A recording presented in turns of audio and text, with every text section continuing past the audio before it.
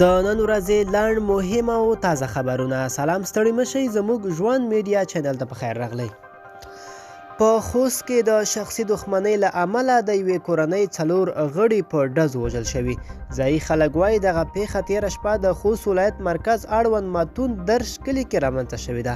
د ځایي خلکو په وینا دغه پیښه د 3 کورنیو ترمنځ د شخصي دښمنۍ له امله رامنځته شوې، خو ځایي چارواکي وایي چې د یادې پیښې په اړه څېړنې کوي.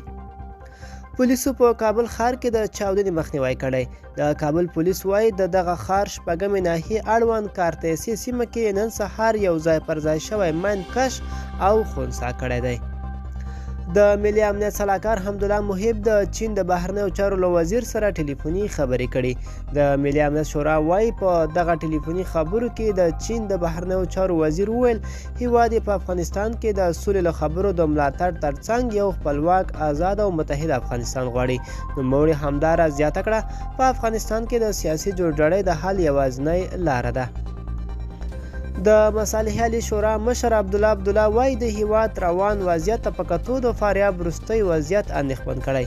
عبدالله ویلي په داسې حال کې چې خلک په خپلو ولایتونو کې امنیتي وضعیت اندېښمن کړي، نو د لوړپوړو مسؤلینو او والیانو په ټاکلو کې د خلکو ملاتړ په نظر کې ونیول شي.